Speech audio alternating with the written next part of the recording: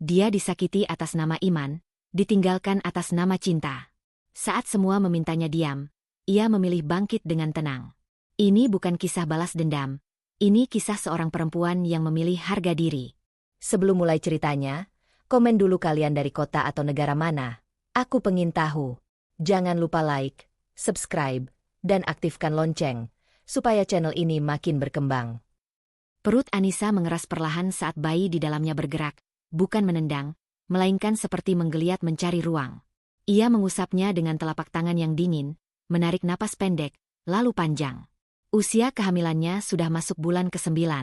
Setiap gerakan kecil kini terasa lebih berat, bukan hanya bagi tubuhnya, tapi juga bagi pikirannya yang tak pernah benar-benar tenang beberapa minggu terakhir. Rumah itu sunyi, terlalu sunyi untuk pagi yang seharusnya hangat. Jam dinding berdetak jelas, memantul di ruang makan yang rapi namun dingin. Anissa duduk di kursi kayu dekat jendela, secangkir teh jahe di depannya sudah mulai mendingin. Ia sengaja tidak meminumnya, seperti menunda sesuatu yang sebenarnya ia butuhkan. Di dapur, suara air mengalir terdengar sebentar, lalu berhenti. Raka keluar dengan kemeja yang sudah disetrika rapi, tas kerja disampirkan di bahu. Pagi, kata Raka singkat, nyaris tanpa menoleh. Anissa mengangkat wajahnya. Pagi. Sarapan sudah siap. Aku bikin yang ringan. Raka berhenti sejenak, melirik meja makan, lalu menggeleng. Nanti saja. Aku sudah telat. Ada meeting pagi. Nada suaranya datar, cepat, seperti orang yang sedang mengejar waktu, atau menghindari sesuatu. Anissa mengangguk pelan. Ia sudah hafal nada itu. Dulu, Raka masih sempat duduk, bertanya soal perutnya, mengeluhkan aroma jahe yang terlalu kuat. Sekarang, bahkan menatapnya pun seperti beban tambahan. Kamu pulang jam berapa? Tanya Anissa hati-hati, berusaha terdengar biasa. Belum tahu. Banyak kerjaan, jawab Raka sambil merapikan jam tangannya. Ia berjalan ke pintu, berhenti sebentar, lalu berkata tanpa menoleh, jangan tunggu. Kalimat itu jatuh begitu saja, ringan diucapkan, berat diterima. Anissa mematung beberapa detik setelah pintu tertutup. Ia menatap kursi kosong di seberangnya, membiarkan perasaan yang mengambang itu turun perlahan, mencari tempat. Ia tidak menangis, tidak marah. Hanya ada tekanan halus di dada, seperti udara yang terlalu penuh. Ia tahu Raka bekerja keras.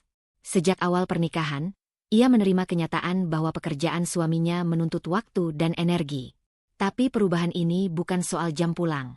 Ada jarak yang tidak kasat mata, tumbuh di antara mereka, mengeras setiap hari. Sentuhan Raka berkurang, pertanyaan-pertanyaan kecil menghilang. Bahkan saat Anissa mengeluh punggungnya nyeri atau susah tidur, Raka hanya menjawab singkat, lalu kembali ke ponselnya.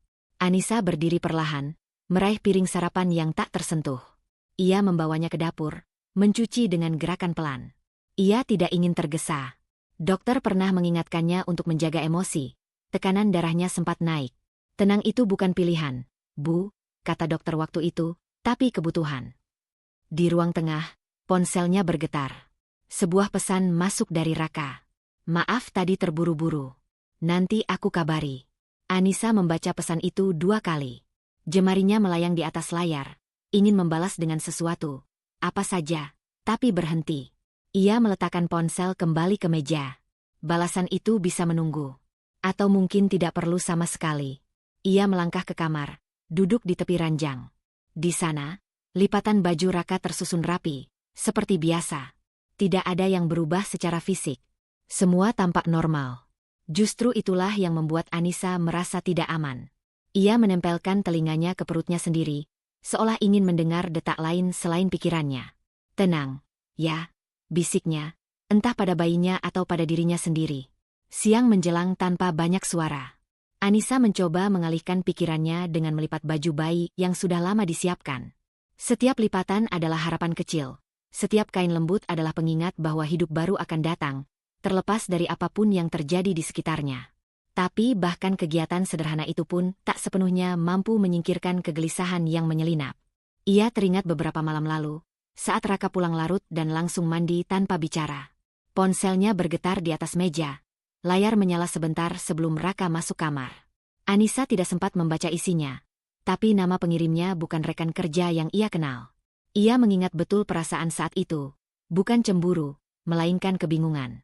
Sejak kapan ia tidak tahu siapa saja yang ada di hidup suaminya? Anissa menggeleng pelan, seakan menegur dirinya sendiri. Ia tidak ingin menuduh tanpa bukti. Ia tidak ingin menciptakan badai di saat tubuhnya sendiri sudah bekerja keras membawa kehidupan. Raka suaminya. Ayah dari anaknya. Pekerjaan memang bisa mengubah orang, bukan? Menjelang sore, Anissa duduk kembali di dekat jendela. Matahari condong, bayangannya memanjang di lantai. Ia memegang ponsel lagi, membuka pesan dari Raka yang belum dibalas. Jantungnya berdegup lebih cepat dari biasanya. Ada dorongan kecil untuk bertanya lebih jauh. Tentang jarak, tentang dingin, tentang rasa asing yang tumbuh. Tapi ada juga ketakutan. Jika ia bertanya, dan jawabannya bukan yang ia harapkan. Anissa menarik napas dalam-dalam. Ia mengetik perlahan. Kamu jaga kesehatan juga. Aku tunggu kabar. Pesan itu sederhana, aman, tanpa tuntutan. Ia menekan kirim, lalu menutup mata sebentar. Keputusan kecil, tapi berisiko. Ia memilih menahan kecurigaan, memilih percaya, setidaknya untuk hari ini. Namun di balik pilihan itu, ada tekanan baru yang mengendap. Kesadaran bahwa ia mungkin sedang menunda sesuatu yang tak bisa ditunda selamanya. Di luar, langit mulai berubah warna. Anissa membuka mata, menatap senja yang jatuh pelan. Di dalam dirinya, sesuatu ikut berubah, belum menjadi keputusan besar, tapi cukup untuk membuat hatinya gelisah. Ia tahu, ketenangan yang ia jaga demi bayinya kini bergantung pada satu hal yang tidak bisa ia kendalikan sepenuhnya, kejujuran Raka. Malam sebelumnya masih menyisakan bekasnya di dada Anissa. Pesan singkat yang ia kirim pada Raka sudah dibalas. Sekadar, iya, tanpa tambahan kata, tanpa tanda tanya, tanpa kehangatan. Anissa membaca balasan itu berulang kali sebelum akhirnya meletakkan ponsel di meja samping ranjang. Ia tidur dengan perasaan menggantung, bukan karena takut, melainkan karena ada bagian dari dirinya yang merasa diabaikan tanpa alasan yang jelas. Pagi ini, rasa itu belum pergi. Ia bangun dengan tubuh pegal dan pikiran yang terlalu penuh untuk hari yang seharusnya tenang. Raka sudah berangkat sebelum matahari naik. Tidak ada suara air di kamar mandi, tidak ada aroma kopi, hanya pintu depan yang terkunci rapi. Anissa berdiri di ambang kamar, menatap ruang kosong yang ditinggalkan suaminya.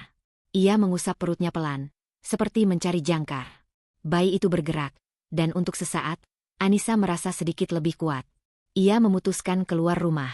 Bukan untuk apa-apa, hanya berjalan sebentar ke warung depan kompleks. Dokter menyarankan jalan pagi ringan, dan Anissa juga ingin menghirup udara luar agar pikirannya tidak berputar di tempat yang sama. Ia mengenakan sandal, membawa dompet kecil, lalu melangkah perlahan menyusuri jalan yang sudah ia hafal sejak awal menikah. Di depan rumah ketiga dari ujung, Buwati sedang menyapu halaman. Gerakannya cekatan, matanya awas, seperti biasa. Anissa mengenalnya sebagai tetangga yang ramah sekaligus terlalu ingin tahu. Setiap perubahan kecil di lingkungan ini jarang luput dari pengamatan Buwati. Nisa, sapa Buwati sambil berhenti menyapu. Jalan pagi, ya? Sudah gede banget perutnya. Anissa tersenyum tipis. Iya, Bu. Biar nggak kaku. Buwati mendekat beberapa langkah. Matanya melirik perut Anissa lalu naik ke wajahnya. Suamimu jarang kelihatan sekarang. Sibuk, ya? Pertanyaan itu terdengar ringan, tapi Anissa menangkap sesuatu di baliknya. Ia tetap menjawab tenang. Iya, Bu. Lagi banyak kerjaan. Buwati mengangguk, lalu tertawa kecil. Zaman sekarang kerjaan memang macam-macam. Kadang sampai ditemani juga. Ia berhenti sejenak, seolah menimbang kata-katanya. Kemarin saya lihat Raka di luar, sama perempuan. Bukan kamu, makanya saya heran. Kalimat itu meluncur begitu saja, seperti debu yang jatuh pelan tapi langsung masuk ke mata. Anissa merasa dadanya mengencang. Ia tidak langsung bereaksi. Ia menatap Buwati, mencoba membaca apakah itu hanya salah lihat, atau sesuatu yang sengaja dilempar. Mungkin rekan kerja, Bu, jawab Anissa akhirnya. Suaranya lebih pelan dari yang ia kira. Raka sering ketemu klien. Buwati mengangkat bahu. Oh, bisa jadi. Saya cuma cerita saja. Namanya juga mata tua, kadang suka keliru.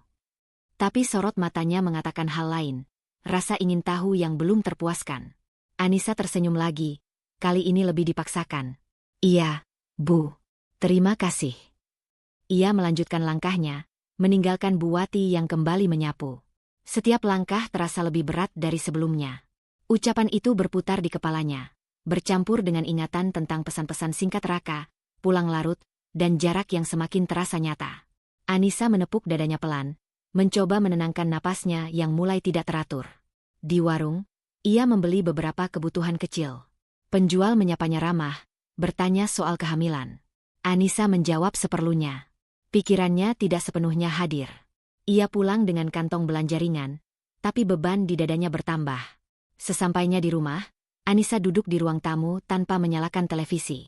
Ia menatap pintu depan, seolah berharap Raka tiba-tiba muncul dan menjelaskan segalanya tanpa diminta. Ia tahu itu tidak realistis.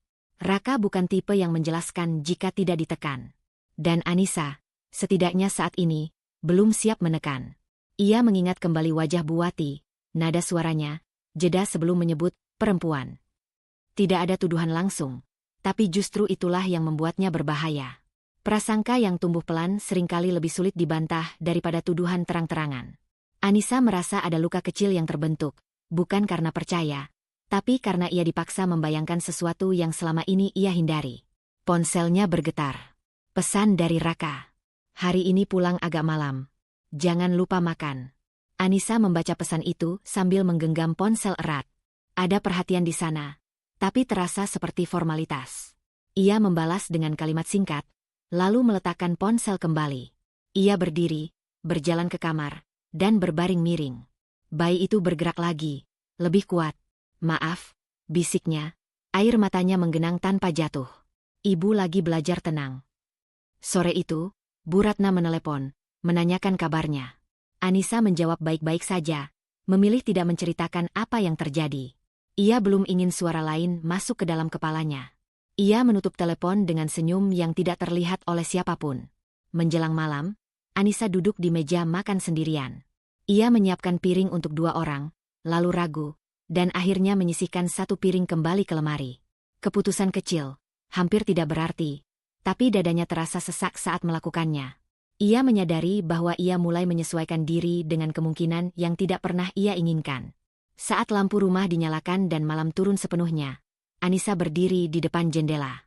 Ia menatap jalanan yang sepi, membayangkan Raka di luar sana, dengan atau tanpa perempuan yang disebut Buwati. Ia menggeleng pelan, menolak bayangan itu, namun luka kecil itu sudah ada. Tidak berdarah, tidak terlihat, tapi cukup dalam untuk membuatnya waspada. Anissa menarik napas panjang. Untuk pertama kalinya, ia membuat keputusan kecil yang berisiko. Ia berjanji pada dirinya sendiri untuk lebih memperhatikan, lebih mencatat, tanpa bertanya dulu. Bukan untuk mencari kesalahan, melainkan untuk melindungi dirinya dan anaknya jika suatu hari ia harus memilih. Janji kecil yang Anissa buat pada dirinya sendiri malam itu tidak serta-merta memberinya ketenangan. Ia bangun pagi dengan perasaan waspada yang belum pernah ia rasakan sebelumnya. Bukan curiga yang meledak-ledak, melainkan kewaspadaan sunyi, seperti seseorang yang berjalan di lantai licin sambil menahan napas. Ia tetap menyiapkan sarapan, tetap merapikan rumah, tetap mengirim pesan singkat pada Raka yang dijawab seperlunya. Semua tampak normal, tetapi di dalam dirinya, ada retakan halus yang belum tahu akan mengarah kemana. Hari itu Lina datang menjelang siang. Anissa tidak terkejut. Sahabatnya itu memang sering mampir tanpa rencana, apalagi sejak Anissa memasuki bulan terakhir kehamilan. Lina adalah orang yang Anissa percaya. Bukan karena selalu membela, melainkan karena tahu kapan harus diam dan kapan harus bicara. Saat Lina masuk, ia langsung membantu menurunkan tas belanjaan kecil dari tangan Anissa, memperhatikan cara Anissa berjalan yang lebih pelan dari biasanya. "Kamu capek," kata Lina sambil menatap wajah Anissa, bukan bertanya, tapi menyimpulkan. "Sedikit," jawab Anissa. "Tapi masih bisa." Lina mengangguk, lalu duduk di kursi ruang makan. Ia tidak langsung bicara. Anissa mengenal jeda itu.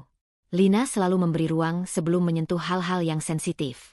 Anissa menuangkan air minum, duduk berhadapan dengannya. Ada keheningan singkat yang terasa tebal. "Aku ketemu Raka," kata Lina akhirnya, suaranya datar, tidak mengandung emosi berlebih. Anissa mengangkat wajahnya. Jantungnya berdetak lebih cepat, tapi ia menjaga nada suaranya tetap stabil. "Di mana?" "Di luar. 2 hari lalu," jawab Lina. Ia berhenti sejenak, menatap Anissa lurus. Dia tidak sendirian. Kalimat itu seperti membuka pintu yang selama ini Anissa jaga tetap tertutup. Ia menelan ludah. Maksud kamu? Lina menarik napas. Aku lihat dia sama perempuan. Aku tidak kenal. Mereka kelihatan dekat. Tapi aku tidak mau menyimpulkan apa-apa. Lina mencondongkan badan sedikit. Aku cuma merasa kamu perlu tahu. Bukan untuk menuduh, tapi supaya kamu tidak sendirian memikirkan ini. Anissa terdiam. Ucapan Bu Wati beberapa hari lalu muncul kembali, kali ini dengan bentuk yang lebih nyata. Bukan lagi sindiran, melainkan penglihatan langsung dari orang yang ia percaya. Dadanya terasa sesak, tapi ia memaksa dirinya bernapas pelan. Ia tidak ingin bayinya ikut merasakan gejolak yang tiba-tiba. Mungkin rekan kerja, kata Anissa, kalimat yang keluar hampir otomatis. Raka sering ketemu klien. Lina mengangguk pelan. Aku juga berpikir begitu. Makanya aku tidak langsung bicara waktu itu. Tapi cara mereka berdiri, tidak seperti rekan kerja yang lagi bahas proyek. Anissa menggenggam gelasnya erat. Tangannya sedikit bergetar. Ia meletakkan gelas itu kembali ke meja sebelum Lina menyadarinya. Raka tidak pernah bohong sama aku, katanya, lebih seperti mengingatkan dirinya sendiri. Kalau memang ada apa-apa, dia pasti bilang. Lina tidak membantah. Ia hanya menatap Anissa dengan ekspresi yang tidak menghakimi. Aku tahu kamu ingin percaya. Dan itu wajar. Kamu istrinya. Keheningan kembali turun. Kali ini lebih berat. Anissa merasa ada dua suara di dalam dirinya yang saling tarik-menarik. Satu suara ingin bertahan pada keyakinan bahwa pernikahannya aman, bahwa semua ini hanya kebetulan yang disalahartikan. Suara lain, yang lebih pelan tapi lebih tajam, mulai menghitung pola, pulang larut, pesan singkat, jarak, sindiran tetangga, dan sekarang, kesaksian Lina. Aku hamil tua, Lin, kata Anissa akhirnya, suaranya melemah. Aku tidak bisa menanggung kemungkinan terburuk sekarang.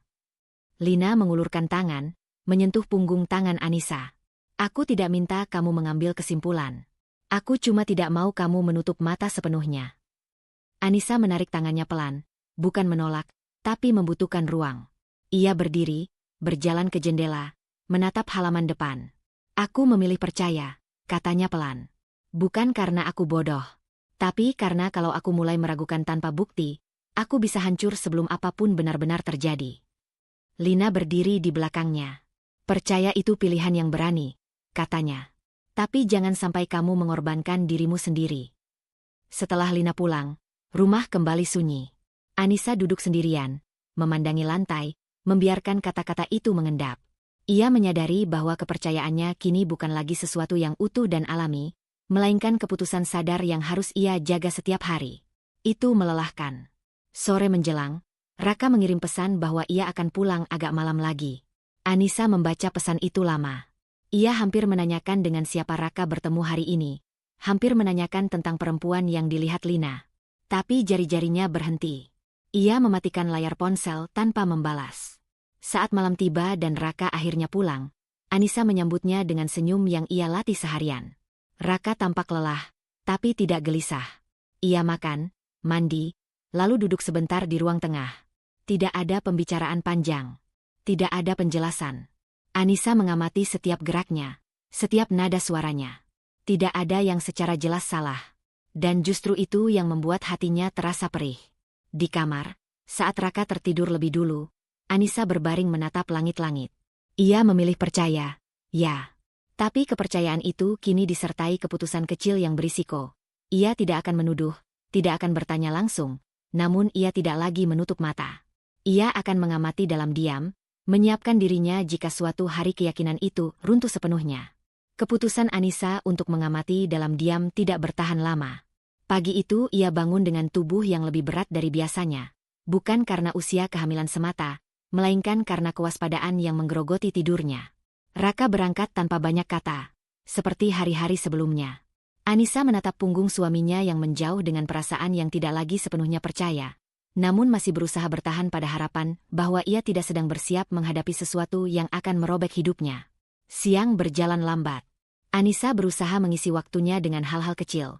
Menyortir dokumen rumah sakit, merapikan tas persalinan, melipat baju bayi yang tinggal sedikit. Setiap kegiatan dilakukan dengan kehati-hatian berlebihan, seolah tubuhnya tahu ada guncangan besar yang akan datang. Ia duduk sebentar, mengatur napas, lalu berdiri lagi. Bayinya bergerak lebih sering, membuat Anissa berkali-kali berhenti dan mengusap perutnya. Menjelang sore, ponselnya bergetar. Pesan dari Raka. Aku pulang lebih cepat. Ada yang mau aku bicarakan. Kalimat itu pendek, tapi cukup untuk membuat jantung Anissa berdetak keras. Ia membaca ulang, mencoba menangkap nada yang tidak tertulis. Ia hampir membalas dengan pertanyaan, tapi memilih menunggu. Raka jarang mengatakan ingin bicara. Biasanya, pembicaraan penting selalu muncul tiba-tiba, tanpa peringatan. Langit mulai menggelap ketika suara mobil berhenti di depan rumah. Anissa berdiri dari kursinya, tangan refleks menopang perutnya. Ia melangkah ke ruang tamu, menunggu pintu terbuka. Detik terasa lebih panjang dari biasanya.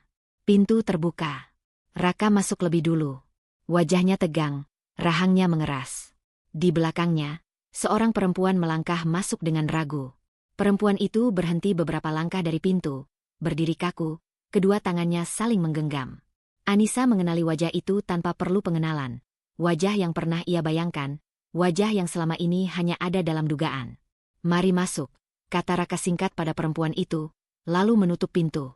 Anissa berdiri terpaku. Ada apa ini? Suaranya keluar pelan, hampir tidak terdengar. Raka menarik napas dalam, seolah sedang mempersiapkan diri.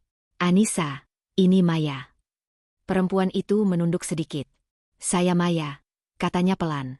Nada suaranya sopan, tapi matanya tidak sepenuhnya berani menatap Anissa. Hubungan itu langsung jelas tanpa perlu penjelasan panjang. Cara Raka berdiri sedikit di depan Maya, cara Maya menunggu isyarat sebelum bicara. Semuanya menyusun gambaran yang membuat lutut Anissa melemah. Kamu bawa orang asing ke rumah ini tanpa bilang apa-apa?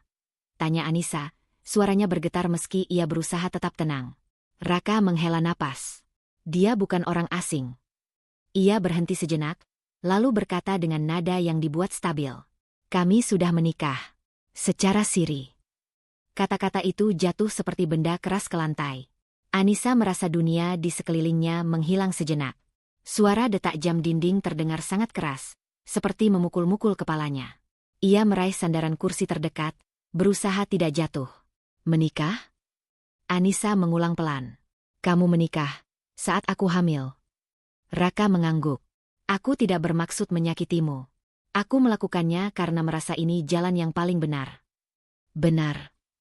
Anissa tertawa kecil. Suaranya pecah. Kamu menyembunyikan pernikahan, membawa perempuan ini ke rumahku, dan bilang itu benar. Maya melangkah maju setengah langkah. Mbak Anissa, saya. Jangan. Potong Anissa cepat. Ia mengangkat tangan sedikit, napasnya memburu. Tolong, jangan bicara dulu. Tubuhnya terasa lemas. Ia merasakan perutnya menegang, napasnya pendek. Anissa memejamkan mata, memusatkan pikirannya hanya pada satu hal, bayinya. Ia menolak membiarkan emosinya meledak. Raka melihat kondisi Anissa, wajahnya berubah cemas. Duduk dulu. Kamu jangan tegang. Anissa membuka mata, menatap Raka tajam. Kamu baru peduli sekarang. Raka terdiam. Maya kembali menunduk, mundur sedikit, sikapnya ambigu, antara bersalah dan bertahan. Kehadirannya di ruang itu bukan sekadar fisik. Ia menjadi simbol pengkhianatan yang selama ini Anissa coba bantah. Apa rencanamu? Tanya Anissa akhirnya. Suaranya lebih tenang dari yang ia rasakan. Kamu bawa dia ke sini untuk apa? Raka mengusap wajahnya. Aku ingin kita tinggal bersama. Aku bertanggung jawab pada kalian berdua. Kalimat itu membuat dada Anissa seperti diremas. Ia menatap Raka, mencari sisa-sisa laki-laki yang dulu ia nikahi. Kamu tidak bertanya apakah aku sanggup. Raka menghela napas. Ini kenyataan yang harus kita terima. Anissa merasakan air mata menggenang, tapi ia menahannya. Ia tidak ingin menangis di depan Maya. Ia tidak ingin bayinya merasakan guncangan emosinya. Ia berdiri tegak meski kakinya gemetar. Aku butuh waktu, katanya pelan. Aku tidak bisa membicarakan ini sekarang. Raka mengangguk, seolah keputusan itu masuk akal baginya. Baik, kita bicara nanti. Anissa berjalan menuju kamar tanpa menoleh lagi. Setiap langkah terasa seperti melawan tubuhnya sendiri.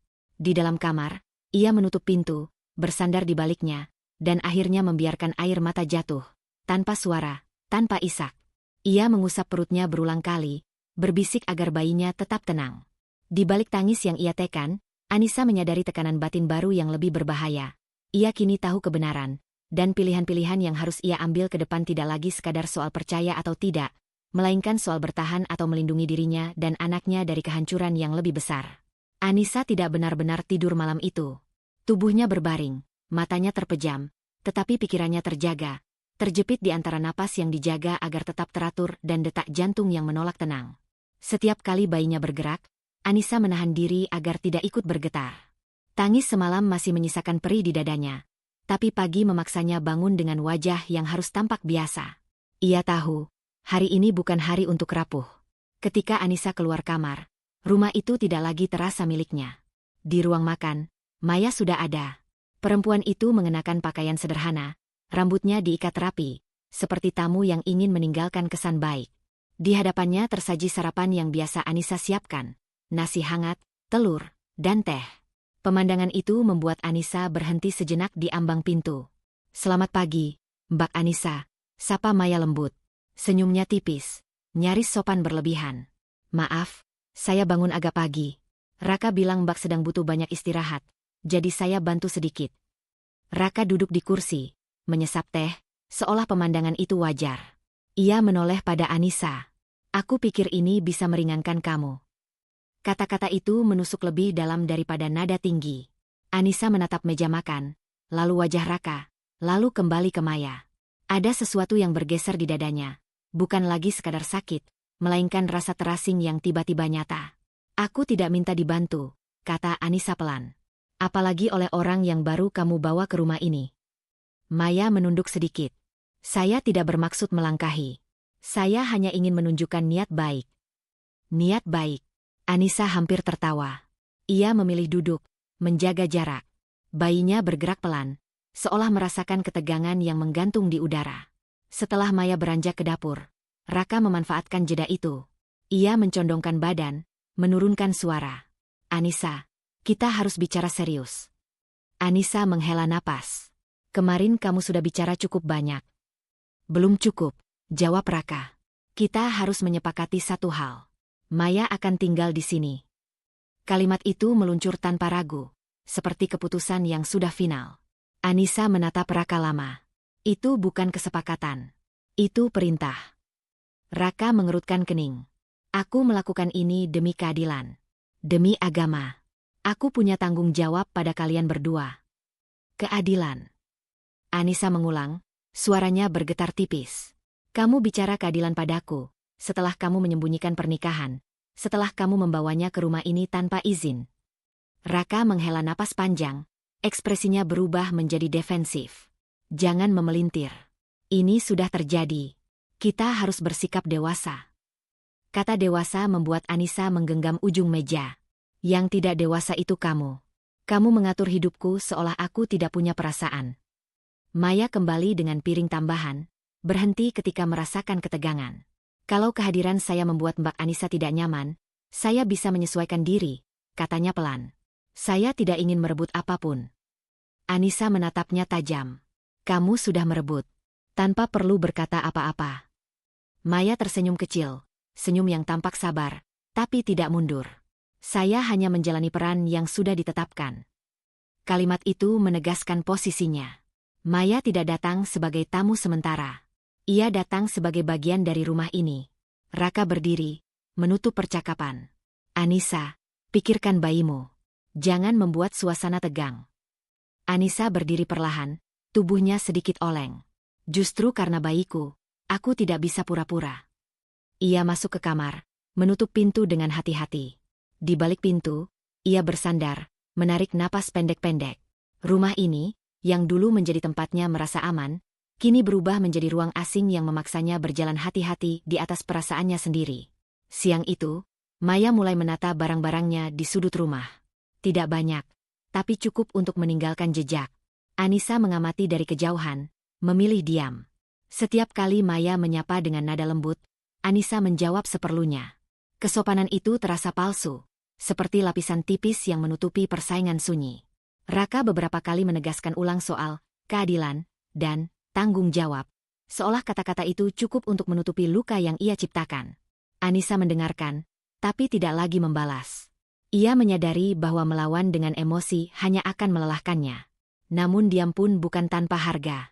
Sore menjelang, Bu Ratna menelepon lagi. Anissa hampir menceritakan semuanya, tapi menahan diri.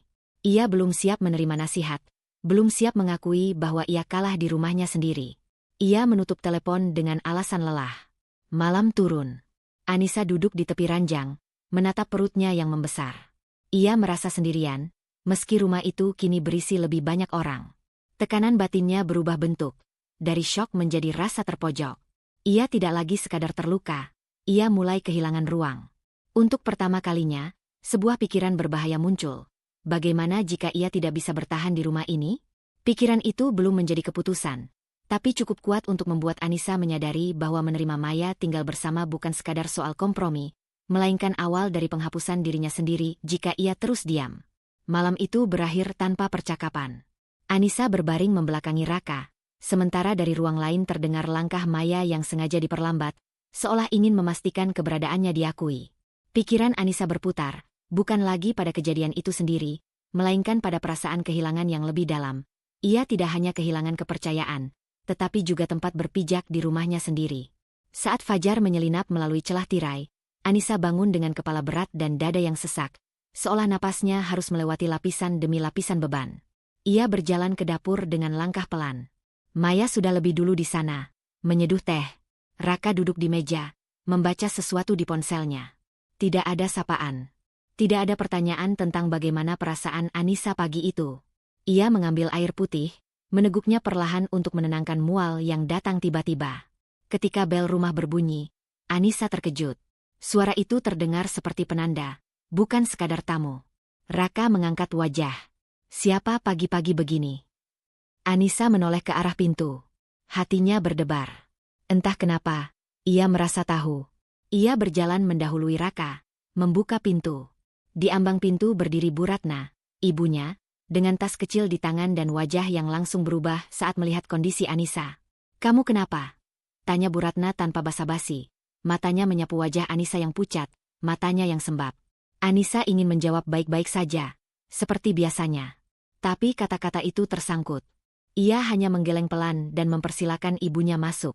Bu Ratna melangkah ke ruang tamu, lalu berhenti ketika melihat Maya di dapur. Tatapannya tajam, penuh tanya. "Ini siapa?" Suara Bu Ratna tenang, tapi ada nada waspada yang jelas. Raka mendekat. "Bu, ini Maya." Bu Ratna menatap Raka. "Maya siapa?" Raka menarik napas. "Istri saya." Satu kalimat itu cukup. Bu Ratna menoleh kembali pada Anissa, matanya melembut, lalu mengeras oleh kemarahan yang ditahan. Ia menghampiri Anissa, memegang bahunya. "Sejak kapan?" Anissa menunduk. "Baru beberapa hari, Bu." Bu Ratna menarik Anissa ke sofa, menyuruhnya duduk. Ia duduk di sampingnya, menggenggam tangan Anissa yang dingin. "Kamu hamil tua," katanya, suaranya bergetar tipis. "Dan kamu hadapi ini sendirian." Raka berdiri dengan sikap defensif. "Saya tidak meninggalkan Anissa. Saya justru bertanggung jawab." Bertanggung jawab dengan menambah beban. Bu Ratna menoleh tajam. "Lihat anak saya. Kamu pikir ini kondisi orang yang ditanggung?" Maya berdiri kaku di dapur, lalu melangkah mendekat dengan senyum sopan yang sama. "Ibu, saya tidak bermaksud." Bu Ratna mengangkat tangan. "Saya tidak bicara dengan kamu." Kalimatnya tegas, tanpa teriak. "Saya bicara dengan menantu saya." Raka menghela napas, jelas tidak nyaman. "Bu, jangan membesar-besarkan. Anissa ini memang sensitif sejak hamil." Kata sensitif jatuh seperti pisau. Anissa merasakan genggaman ibunya menguat. "Jangan salahkan kehamilan untuk menutup kesalahanmu," jawab Bu Ratna dingin. Raka mengerutkan kening. "Bu Ratna, mohon jangan menghasut. Anissa harus belajar kuat. Ini takdir." Anissa mengangkat wajahnya. "Takdir yang kamu sembunyikan." Raka menatap Anissa, lalu berkata dengan nada yang lebih keras dari sebelumnya. "Kamu terlalu lemah, Nisa. Kamu hanya memikirkan perasaanmu sendiri. Egois." Kata itu menghantam lebih keras daripada pengakuan kemarin. Lemah. Egois. Anissa merasa dadanya runtuh. Selama ini ia menahan, menjaga, berusaha tidak membuat keributan demi bayinya. Dan itu disebut egois. Bu Ratna berdiri. Tarik ucapanmu. Raka menggeleng. Saya bicara jujur. Kalau Anissa tidak egois, dia akan mengerti posisi saya. Anissa berdiri perlahan, kakinya gemetar. Posisimu? Suaranya nyaris berbisik. Kamu bicara posisi, tapi kamu tidak pernah menanyakan posisiku sebagai istri yang hamil, sebagai ibu dari anakmu. Maya menunduk, pura-pura menahan diri. Mbak Anissa, saya benar-benar tidak ingin memperkeruh suasana. Anissa menoleh padanya, matanya merah tapi tajam. Kehadiranmu saja sudah cukup. Bu Ratna memeluk Anissa, menahan tubuh anaknya yang mulai lemas. Cukup, katanya. Kamu tidak pantas diperlakukan seperti ini. Raka memalingkan wajah, jelas tersinggung. Bu Ratna selalu membela. Inilah masalahnya. Anissa tidak pernah belajar berdiri sendiri. Kalimat itu menancap di harga diri Anissa. Ia melepaskan pelukan ibunya perlahan. Aku berdiri sendiri, katanya pelan. Aku berdiri setiap hari menahan sakit, menahan takut, menahan malu. Kalau itu tidak cukup bagimu, mungkin memang aku tidak lagi punya tempat di rumah ini. Ruangan itu sunyi. Raka tidak menjawab. Maya tetap diam. Bu Ratna menatap Anissa dengan mata berkaca-kaca, bangga sekaligus khawatir. Anissa menarik napas panjang. Ia merasakan tekanan baru yang berbeda dari sebelumnya. Bukan hanya rasa terasing, melainkan penghinaan yang menyentuh inti harga dirinya. Ia menatap ibunya. Bu, aku mau ke kamar. Bu Ratna mengangguk, mengantarnya sampai pintu kamar. Kamu tidak sendirian, bisiknya. Di dalam kamar, Anissa duduk di tepi ranjang, memegang perutnya. Bayinya bergerak pelan. Untuk pertama kalinya sejak semua ini terjadi, Anissa tidak hanya merasa terluka, ia merasa direndahkan. Dan perasaan itu menyalakan sesuatu yang berbahaya sekaligus perlu. Keinginan untuk tidak lagi membiarkan siapapun menentukan nilainya. Di balik pintu, suara rumah itu terdengar asing. Anissa menyadari sebuah keputusan kecil mulai terbentuk di dalam dirinya. Jika harga dirinya terus diinjak, ia harus mulai menyiapkan jalan keluar, meski ia belum tahu bagaimana dan kapan. Keputusan kecil yang mulai tumbuh di benak Anissa belum sempat mengeras ketika tekanan dari luar datang lebih cepat dari yang ia duga. Pagi itu, setelah Bu Ratna pulang dengan wajah berat dan janji akan kembali, Anissa berdiri lama di depan cermin. Ia menatap dirinya sendiri, mata sembab, wajah pucat, tubuh yang menahan dua kehidupan sekaligus. Kata-kata Raka tentang kelemahan dan egoisme masih menempel seperti noda yang sulit dibersihkan. Anissa menarik napas dalam-dalam, mencoba berdiri tegak. Ia harus keluar kamar hari ini. Bersembunyi hanya akan membuat semuanya semakin nyata di kepalanya. Ia melangkah ke halaman depan untuk menjemur pakaian. Udara pagi masih dingin, tapi tidak menenangkan. Dari balik pagar, suara-suara tetangga terdengar lebih jelas dari biasanya. Tawa pendek, bisik-bisik yang terputus, lalu hening saat Anissa muncul. Ia merasakan tatapan-tatapan itu tanpa perlu menoleh. Perasaan itu asing sekaligus menyakitkan. Seolah ia telah menjadi cerita, bukan lagi orang. Pagi, Nisa, sapa Buati dari seberang, suaranya dibuat ramah. Ia berdiri bersama dua tetangga lain, sapu di tangan, mata yang terlalu awas. Pagi, Bu, jawab Anissa singkat, menunduk pada jemuran. Bu Wati mendekat, menurunkan suaranya namun cukup keras untuk didengar. Rumahmu sekarang ramai.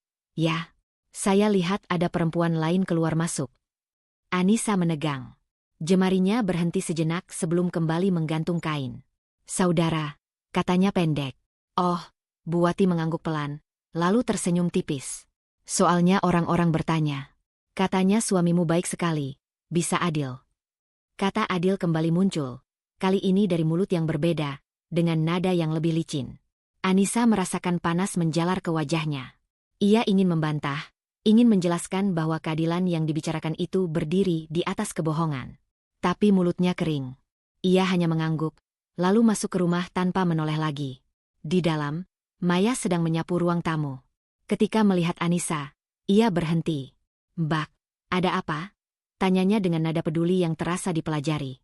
Tidak apa-apa, jawab Anissa cepat. Ia berjalan ke kamar, menutup pintu. Di balik pintu, ia menempelkan punggungnya, menahan napas. Suara Bu Wati masih terngiang, bercampur dengan kata-kata Raka. Lemah, egois. Sekarang, Ia juga merasa malu, tanpa tahu pada siapa ia harus meminta maaf. Siang itu, Anissa memaksakan diri pergi ke warung lagi.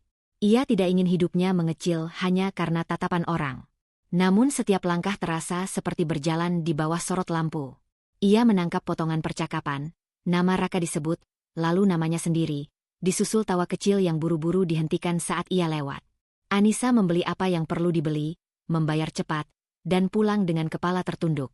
Raka belum pulang saat ia tiba. Maya ada di rumah, menata ulang rak piring. Anissa duduk di sofa, menatap kosong. Ia merasakan sesuatu yang baru tumbuh di dadanya. Bukan hanya sakit hati, tapi rasa bersalah yang tidak masuk akal. Seolah-olah kegaduhan ini terjadi karena ketidakmampuannya menjadi istri yang cukup. Pikiran itu membuatnya muak, tapi juga sulit diusir. Sore menjelang, Bu Wati datang lagi, kali ini dengan alasan mengantarkan makanan. Buat ibu hamil, katanya manis. Biar kuat. Anissa menerimanya dengan tangan gemetar. Terima kasih. Bu Wati melirik ke dalam rumah, melihat Maya. Wah, cocok ya kalau berdua. Semoga rukun. Kalimat itu sederhana, tapi cukup untuk membuat Anissa merasa seperti tamu di rumah sendiri. Setelah Bu Wati pergi, Anissa meletakkan wadah makanan itu di meja tanpa membukanya. Nafsu makannya hilang. Ia duduk, memeluk perutnya, berbisik agar bayinya tetap tenang. Ketika Raka pulang malam itu, Anissa tidak langsung menemuinya. Ia menunggu sampai Raka masuk kamar, lalu berkata pelan, orang-orang mulai bicara. Raka menoleh, wajahnya lelah tapi tidak terkejut. Biarkan saja. Kita tidak hidup untuk mereka. Mereka bicara tentang aku, kata Anissa. Seolah aku yang salah. Raka mengangkat bahu. Kamu terlalu memikirkan omongan orang. Jawaban itu membuat Anissa sadar bahwa ia sendirian menghadapi tekanan ini. Ia menoleh ke jendela, menahan air mata. Malam itu, rasa malu menempel lebih kuat daripada marah. Ia mulai mempertanyakan nilainya sendiri, sebagai istri, sebagai perempuan, sebagai calon ibu. Pertanyaan-pertanyaan itu berbahaya, karena tidak memiliki jawaban cepat. Di ranjang, Anissa memeluk perutnya erat. Ia menyadari tekanan batin kini berubah bentuk. Dari penghinaan di rumah menjadi penghakiman di luar. Sebuah keputusan kecil namun berisiko mulai mengendap. Ia harus membatasi dirinya dari lingkungan ini, meski itu berarti mengurung diri lebih dalam, demi melindungi sisa harga diri yang masih ia miliki. Keheningan yang Anissa ciptakan untuk melindungi dirinya ternyata berubah menjadi dinding yang menekan dari dua arah. Ia jarang keluar kamar, jarang menanggapi percakapan di rumah, dan semakin jarang menatap cermin. Diam yang semula terasa aman kini berubah menjadi ruang sempit yang membuat napasnya pendek. Setiap bisik tetangga yang ia dengar dari balik jendela, setiap nada lembut Maya yang terasa dibuat-buat, semakin menegaskan satu hal, diamnya tidak menghentikan apapun. Pagi itu, suara mobil berhenti di depan rumah. Anissa yang sedang duduk di tepi ranjang menoleh pelan. Langkah kaki yang tegas terdengar mendekat. Pintu depan terbuka tanpa ketukan, disusul suara berat yang ia kenal sejak kecil. Raka. Anissa berdiri perlahan. Jantungnya berdegup lebih cepat, bukan karena takut, melainkan karena harapan samar. Ia keluar kamar dan melihat Pak Hadi berdiri di ruang tamu. Ayahnya tidak membawa senyum, tidak pula sapaan panjang. Wajahnya keras, rahangnya mengencang, matanya lurus ke arah Raka yang baru keluar dari kamar lain. Kita bicara, kata Pak Hadi singkat. Raka menatap Anissa sekilas, lalu mengangguk. Di sini saja, Pak. Maya berdiri di dekat dapur, ragu. Pak Hadi meliriknya sebentar, lalu kembali menatap Raka. Ini urusan suami istri. Kamu dengar saja. Nada itu tidak tinggi, tapi tidak memberi ruang untuk membantah. Maya mundur setengah langkah, tetap berada di ruang itu, menjadi saksi tanpa suara. Kamu sudah keterlaluan, kata Pak Hadi langsung. Anissa anak saya. Ia hamil tua. Kamu mempermalukannya di rumah dan di luar. Raka menghela napas, jelas menahan kesal. Pak Hadi, saya tidak bermaksud mempermalukan siapapun. Saya justru menjalankan kewajiban. Kewajiban. Pak Hadi mendekat satu langkah. Kewajiban itu dimulai dari kejujuran. Kamu menikah diam-diam, lalu bicara tanggung jawab. Anissa berdiri di sisi ruangan, memeluk perutnya. Mendengar ayahnya berbicara membuat dadanya menghangat sekaligus perih. Ia terbiasa melihat Pak Hadi tenang, jarang meninggikan suara. Ketegasan ini bukan amarah kosong, melainkan perlindungan. Raka mengangkat dagu. Saya menikah sesuai agama. Tidak ada yang saya langgar. Pak Hadi tersenyum tipis, tanpa humor. Agama tidak mengajarkan menyakiti. Tidak mengajarkan menyembunyikan kebenaran sampai orang yang kamu sakiti tidak punya pilihan. Ini takdir, balas Raka cepat. Anissa harus belajar ikhlas. Kata ikhlas membuat Anissa mengeraskan genggamannya. Selama ini, kata itu digunakan seperti penutup mulutnya. Pak Hadi menggeleng pelan. Ikhlas itu bukan dipaksa. Raka menoleh pada Anissa. Lihat, Pak, ini yang saya maksud. Dia terlalu terpengaruh. Padahal kalau dia mau diam dan menerima, semua bisa berjalan baik. Kalimat itu seperti tamparan pelan yang menyadarkan. Anissa merasakan sesuatu bergerak di dalam dirinya, lebih kuat daripada gerakan bayinya. Diamnya, yang ia anggap sebagai perlindungan, ternyata dibaca sebagai persetujuan. Diamnya Anissa bukan izin, kata Pak Hadi tegas. Itu tanda dia terluka. Raka menghela napas kasar. Pak Hadi selalu melihat dari sisi Anissa. Saya juga punya hak. Hakmu berhenti ketika kamu merendahkan, jawab Pak Hadi tanpa ragu. Kamu menyebutnya lemah, egois. Itu bukan bahasa suami. Maya akhirnya bersuara, nadanya hati-hati. Pak, saya tidak ingin menjadi sumber konflik. Pak Hadi menoleh padanya. Kamu sudah berada di tengah konflik. Mau atau tidak? Anissa merasakan pandangan Maya sesaat mengarah padanya, lalu berpaling. Sikap itu membuat Anissa semakin sadar bahwa dirinya selama ini dibiarkan menjadi objek, bukan subjek. Raka menggeleng, jelas tidak terima. Pak Hadi bicara seolah saya penjahat.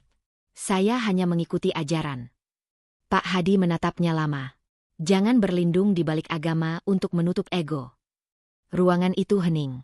Anissa menelan ludah. Ia merasakan dorongan untuk berbicara, tapi suara itu masih tertahan di tenggorokan. Namun kali ini berbeda, bukan karena takut, melainkan karena ia sedang memilih kata yang tepat. Ayah, panggil Anissa pelan. Pak Hadi menoleh, ekspresinya langsung melunak. Iya, nak. Anissa melangkah maju satu langkah. Terima kasih. Hanya itu yang ia katakan, tapi cukup untuk menandai perubahan kecil. Ia menatap Raka. Diamku selama ini bukan karena aku setuju. Aku hanya mencoba bertahan. Raka terdiam sejenak, lalu berkata, kalau kamu terus melawan, kamu akan membuat semuanya lebih sulit. Anissa menggeleng pelan. Aku sudah hidup dalam kesulitan. Bedanya, sekarang aku sadar aku tidak harus diam. Pak Hadi mengangguk puas. Saya tidak akan memaksamu mengambil keputusan hari ini. Tapi ingat, kamu punya nilai. Jangan biarkan siapapun menghapusnya. Setelah Pak Hadi pergi, rumah terasa berbeda. Tidak lebih tenang, justru lebih jujur. Anissa kembali ke kamarnya, duduk di tepi ranjang. Ia memegang perutnya, merasakan gerakan kecil yang menenangkan. Tekanan batinnya kini berubah arah, bukan lagi hanya menerima, tetapi mulai menimbang perlawanan. Untuk pertama kalinya, sebuah keputusan kecil terasa jelas dan berisiko. Ia tidak akan lagi menelan semuanya sendiri. Ia belum tahu caranya, belum tahu kapan, tapi kesadarannya sudah bangkit. Diamnya selama ini telah memperkuat penindasan, dan itu tidak boleh berlanjut. Kesadaran yang tumbuh dalam diri Anissa sejak kepergian Pak Hadi belum berubah menjadi keberanian berbicara. Tetapi ia tidak lagi sepenuhnya pasrah. Diamnya kini berbeda, lebih terjaga, lebih waspada. Ia mendengar dengan telinga terbuka, melihat dengan mata yang tidak lagi memalingkan diri. Setiap kata yang dulu ia telan, kini ia simpan dalam ingatan. Pagi itu, Anissa turun ke dapur lebih awal. Ia ingin menyiapkan sarapan sebelum rasa mual datang. Tangannya bergerak perlahan, menjaga napas, menjaga bayi di perutnya. Dari arah belakang, langkah Maya terdengar mendekat. Tidak tergesa, seolah sudah direncanakan. Anissa, sapa Maya lembut. Nada itu terlalu halus untuk suasana yang tegang. Kita perlu bicara. Anissa menoleh. Ia mengangguk, meletakkan pisau. Iya. Maya duduk di kursi makan, menyilangkan tangan di pangkuan. Aku sudah memikirkan ini semalam. Soal pembagian kamar. Jantung Anissa berdetak lebih cepat, tapi wajahnya tetap datar. Kamar. Iya, jawab Maya. Aku istri Raka juga. Sudah seharusnya aku punya ruang yang layak, bukan sekadar numpang. Kata numpang menusuk, Tapi Anissa menahan reaksi. Ia merasakan bayinya bergerak, seolah mengingatkan untuk tetap tenang. Kamar tamu masih kosong. Maya tersenyum tipis. Itu bukan kamar utama. Anissa terdiam. Ia menatap meja, menyadari bahwa inilah konflik terbuka pertama, bukan lagi bisik atau sindiran, melainkan tuntutan langsung. Ia tidak menjawab. Diamnya membuat Maya melanjutkan. Aku tidak ingin terlihat seperti perempuan yang disembunyikan, kata Maya. Di mata orang, statusku jelas. Raka masuk ke dapur, tertarik oleh percakapan yang mulai mengeras. Ada apa? Maya menoleh padanya, nada berubah menjadi lembut mengadu. Aku hanya menyampaikan hakku. Raka mengangguk, lalu menatap Anissa. Kamu dengar sendiri, kan? Jangan buat Maya merasa tidak diakui. Anissa mengangkat wajahnya perlahan. Ia tidak melawan. Aku dengar. Jawaban singkat itu membuat Raka mengerutkan kening. Ia seperti menunggu perlawanan, tapi tidak mendapatkannya. Maya tampak sedikit kecewa, seolah konflik ini belum cukup. Siang harinya, Anissa duduk di ruang tengah. Ia membuka buku catatan kehamilan, tapi matanya tidak fokus pada tulisan. Dari kamar, ia mendengar Raka berbicara di telepon. Suaranya pelan, tapi cukup jelas. Iya, aku tahu. Jangan sekarang. Nanti aku atur. Anissa mencatat waktu dalam pikirannya. Ia tidak tahu dengan siapa Raka bicara, tapi instingnya mengatakan percakapan itu penting. Ia tidak bertanya. Ia menyimpan. Sore menjelang, Maya kembali mendekatinya. Kali ini di ruang cuci. Anissa, katanya, aku harap kamu tidak salah paham. Aku hanya ingin keadilan. Anissa mengangguk. Keadilan seperti apa? Maya tampak terkejut oleh pertanyaan itu. Seperti yang seharusnya. Anissa menatap wajah Maya, mencoba membaca celah di balik sikap sopan itu. Dan menurutmu, aku di mana dalam keadilan itu? Maya terdiam sesaat. Kamu tetap istri pertama. Jawaban itu menggantung, tidak menenangkan. Anissa mengangguk lagi, mencuci tangannya. Ia tidak berdebat, tapi kata-kata itu tertancap dalam benaknya sebagai bukti. Keadilan versi mereka tidak pernah memasukkan perasaannya. Malam hari, Raka mengumumkan keputusan kecil. Mulai besok, kamar utama dipakai bergantian. Anissa merasakan dadanya sesak. Bergantian, kata yang terdengar adil, tapi terasa kejam. Ia menatap Raka. Baik. Maya tersenyum puas, seolah satu langkah telah dimenangkan. Anissa melihat itu, dan untuk pertama kalinya, ia tidak menunduk. Ia mengingat senyum itu, detailnya, waktunya. Di kamar, Anissa duduk sendirian. Ia mengambil ponsel, membuka catatan pribadi. Tangannya gemetar, tapi ia menulis. Hari ini, tuntutan kamar. Kata, numpang. Keputusan bergantian. Ia menutup ponsel, napasnya berat. Ini bukan pembalasan, bukan perlawanan terbuka. Ini persiapan. Setiap kejadian kini memiliki tempat dalam pikirannya, bukan lagi hilang dalam tangis. Sebelum tidur, Maya mengetuk pintu. Aku harap kita bisa rukun, katanya. Anissa menatapnya, lalu menjawab pelan. Aku juga. Pintu tertutup. Anissa memeluk perutnya. Ia tahu, konflik ini baru permulaan. Tekanan batinnya berubah bentuk, dari rasa kalah menjadi kewaspadaan yang tajam. Dan di balik ketenangan palsu itu, ia mengambil keputusan kecil yang berisiko. Ia akan terus diam, tetapi tidak lagi lupa. Setiap tuntutan, setiap kata, akan ia simpan, karena suatu hari, semua itu akan dibutuhkan. Diam Anissa setelah keputusan, kamar bergantian, tidak lagi kosong. Ia menjadi ruang yang penuh pertanyaan, penuh perhitungan. Malam-malamnya dilalui dengan mata terbuka, menghitung detak jantung bayinya, menimbang setiap kata yang pernah Raka ucapkan. Ia sadar, jika ia terus menelan semuanya tanpa memahami apa yang sebenarnya benar, ia akan hancur perlahan, bukan hanya sebagai istri, tetapi sebagai manusia. Pagi itu, Anissa memutuskan keluar rumah sendiri. Ia mengenakan gamis longgar, menyembunyikan perut yang semakin berat. Kepada Raka, ia hanya berkata hendak memeriksakan kehamilan. Raka mengangguk tanpa banyak tanya. Ketidakpedulian itu justru menguatkan langkahnya. Anissa tidak menuju klinik. Ia berhenti di sebuah rumah sederhana dekat masjid lama di ujung kecamatan. Pagar besinya tidak tinggi, catnya mulai pudar. Ia pernah mendengar nama Ustaz Farid dari Lina, bukan sebagai penceramah terkenal, melainkan tempat orang-orang datang saat mereka ingin bertanya tanpa dihakimi. Saat pintu dibuka, seorang pria parubaya menyambut dengan senyum tenang.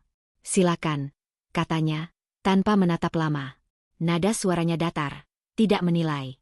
Anissa duduk dengan hati berdebar. Ia menunduk sesaat sebelum bicara. "Saya tidak datang untuk membenarkan siapapun, Ustaz. Saya hanya ingin tahu, di mana posisi saya." Ustaz Farid mengangguk pelan. "Ceritakan pelan-pelan." Anissa menarik napas. Kata-kata keluar dengan tertib, seolah ia sudah melatihnya semalaman. Tentang kehamilan tua, tentang perubahan Raka, tentang pernikahan siri yang diakui sepihak, tentang tekanan untuk menerima keadilan versi orang lain. Ia tidak menangis. Suaranya gemetar, tetapi utuh. Ustaz Farid mendengarkan tanpa menyela. Sesekali ia bertanya singkat, memastikan urutan peristiwa. "Apakah suami meminta izinmu? Apakah ada kesepakatan tertulis atau saksi yang kamu ketahui sebelumnya?" Pertanyaan-pertanyaan itu membuat Anissa sadar betapa banyak hal yang terjadi tanpa persetujuannya. Dalam ajaran, kata Ustaz Farid akhirnya, pernikahan bukan hanya sah secara ritual. Ia adalah amanah, komitmen, tanggung jawab yang tidak boleh mengorbankan pihak lain secara sepihak. Anissa mengangkat wajahnya. "Tapi Raka bilang ini soal agama." Ustaz Farid tersenyum tipis, bukan mengejek. Agama tidak pernah berdiri sendiri tanpa akhlak. Menyembunyikan niat, melukai pasangan, dan menuntut penerimaan dengan ancaman, itu bukan keadilan. Kata-kata itu tidak meledak, tetapi menghunjam. Anissa merasakan sesuatu runtuh di dadanya. Pembenaran yang selama ini ia paksa untuk percaya. "Jadi, saya tidak salah." "Rasa sakitmu bukan dosa," jawab Ustaz Farid tenang. "Dan diam yang terpaksa bukan kesabaran. Kesabaran adalah memilih dengan sadar, bukan dipaksa." Anissa menelan ludah. "Lalu apa yang harus saya lakukan?" Ustaz Farid tidak memberi perintah. "Kejelasan adalah awal. Kamu berhak tahu, berhak menetapkan batas. Dan kamu berhak dilindungi, termasuk anakmu." Anissa terdiam lama. Ia datang mencari kejelasan, dan ia mendapatkannya. Namun kejelasan itu berat. Artinya, selama ini ia tidak berlebihan. Artinya, tekanan yang ia alami nyata. Artinya, Raka telah melanggar komitmen moral, bukan hanya perasaannya. Saat ia pamit, Ustaz Farid berkata satu kalimat terakhir. "Jika kamu memilih bicara nanti, pastikan kamu tidak sendirian." Di luar, matahari siang terasa menyilaukan. Anissa duduk di bangku dekat masjid, tangannya di perut. Bayinya bergerak, lembut namun tegas. Untuk pertama kalinya sejak pengakuan Raka, Anissa merasa pijakan di kakinya menguat, bukan karena situasi membaik, tetapi karena pikirannya jernih. Ia pulang dengan langkah berbeda. Di rumah, Maya sedang menata ruang tamu, memindahkan vas bunga. "Dari mana?" tanya Maya ramah palsu. "Periksa," jawab Anissa singkat. Ia tidak berbohong, hanya tidak menjelaskan. Raka pulang menjelang sore. Anissa memperhatikannya dari jauh, cara ia melepas sepatu, cara ia menghindari tatapan. Dulu, semua itu ia abaikan. Kini, ia mencatat. Malamnya, Anissa membuka kembali catatan di ponsel. Ia menambahkan satu baris. Klarifikasi dari Ustaz Farid. Amanah dilanggar. Diam sabar. Ia menutup ponsel. Napasnya panjang. Keputusan kecil itu, menulis, menyimpan, mencari saksi moral, terasa berisiko. Jika Raka tahu, ia akan marah. Jika Maya sadar, tekanan bisa meningkat. Namun Anissa tidak lagi buta. Sebelum tidur, ia mengambil langkah kecil berikutnya. Ia menyimpan nomor Ustaz Farid dengan nama samaran. Bukan untuk melawan sekarang, tetapi untuk berjaga. Di dalam gelap kamar, Anissa memejamkan mata. Tekanan batinnya berubah lagi, bukan menjadi tenang, melainkan tegas. Ia belum siap konfrontasi. Ia belum ingin membuka semua. Tapi ia tahu satu hal pasti, kebenaran telah memberinya pegangan. Dan pegangan itu, suatu hari, akan ia gunakan. Pegangan yang Anissa temukan dari kejelasan tidak membuat hidupnya menjadi ringan. Justru sebaliknya, setiap hari terasa seperti berjalan di atas lantai rapuh. Salah langkah sedikit, semuanya bisa runtuh. Namun kali ini, ia tidak lagi berjalan dengan mata tertutup. Ia menimbang, mengamati, dan berhenti bereaksi secara naluriah. Pagi itu, Anissa menunggu di teras rumah dengan ponsel di tangan. Lina berjanji datang sebelum siang. Sejak pertemuan dengan Ustaz Farid, Anissa memilih satu orang saja untuk mengetahui niatnya. Lina bukan orang yang gemar mencampuri, tetapi sejak awal ia selalu memperingatkan tanpa menekan. Itu yang membuat Anissa percaya. Saat Lina tiba, wajahnya langsung membaca sesuatu yang berbeda. "Kamu kelihatan lebih tenang," katanya sambil duduk. "Bukan tenang," jawab Anissa pelan. "Lebih sadar." Mereka masuk ke ruang tamu. Anissa memastikan Maya tidak ada. "Raka sedang bekerja di luar kota," katanya. Ketidakpastian itu kini tidak lagi membuat Anissa gemetar, melainkan waspada. "Aku tidak ingin drama," kata Anissa membuka pembicaraan. "Aku ingin rapi." Lina mengangguk. "Kalau begitu, kita harus hati-hati." Anissa menunjukkan catatan di ponselnya. Tanggal, waktu, kalimat. Ini ancaman verbalnya. Waktu dia bilang aku harus nurut atau dia bisa buat hidupku lebih susah. Ini juga saat dia menolak memberi uang belanja minggu lalu. Lina membaca dengan dahi berkerut. "Kamu simpan semua?" "Iya," jawab Anissa. "Termasuk pesan suara." Ia memutar rekaman singkat. Suara Raka terdengar jelas. Nada tinggi, menyalahkan, menekan. Lina menelan ludah. Ini bukan sekadar pertengkaran. Anissa mengangguk. Mendengar kembali rekaman itu tidak membuatnya menangis seperti dulu. Hatinya terasa dingin, fokus. Ia menyadari perubahan itu, emosinya tidak lagi memimpin, melainkan mengikuti rencana. "Kita perlu saksi," kata Lina. "Dan bukti yang tidak bisa diputar-balikan." Mereka menyusun langkah kecil. Lina menyarankan Anissa menyimpan bukti pengeluaran, pesan teks, dan mencatat setiap kejadian penelantaran, bukan dengan nada marah, tetapi kronologis. Anissa mencatat semuanya. Tangannya mantap. Siang itu, Maya pulang lebih awal. Ia melihat Lina dan Anissa duduk bersama. "Ada tamu?" tanyanya, senyum tipis. "Teman," jawab Anissa singkat. Maya menatap Lina, lalu Anissa. Ada ketegangan yang tidak ia pahami. Lina berdiri, berpamitan dengan sopan. "Aku pulang dulu." Setelah Lina pergi, Maya mendekat. "Kamu kelihatan sibuk akhir-akhir ini." Anissa menatapnya. "Aku hamil." Jawaban itu sederhana, tapi tegas. Maya terdiam, lalu tersenyum kaku. "Aku hanya berharap semuanya damai." Anissa tidak menjawab. Ia menyadari, setiap kata kini harus memiliki tujuan. Ia tidak lagi menjelaskan perasaannya kepada orang yang tidak berniat memahaminya. Malamnya, Raka pulang. Ia tampak lelah, tapi matanya tajam. Kata Maya, "Lina datang." "Iya," jawab Anissa. "Aku butuh teman." Raka mendengus. "Jangan bawa orang luar ke urusan rumah." Anissa menatapnya. "Aku tidak." Nada itu membuat Raka berhenti sejenak. Ada sesuatu yang berubah. Ia merasa kehilangan kendali, meski belum tahu bagaimana. "Kamu berubah," katanya. Anissa tidak menyangkal. "Aku belajar." Raka tertawa pendek. "Belajar apa? Jangan sok kuat." Anissa tidak membalas. Ia mencatat dalam pikirannya. Ancaman verbal, pukul 19.40, nada merendahkan. Ia tidak lagi terprovokasi. Diamnya kini strategi.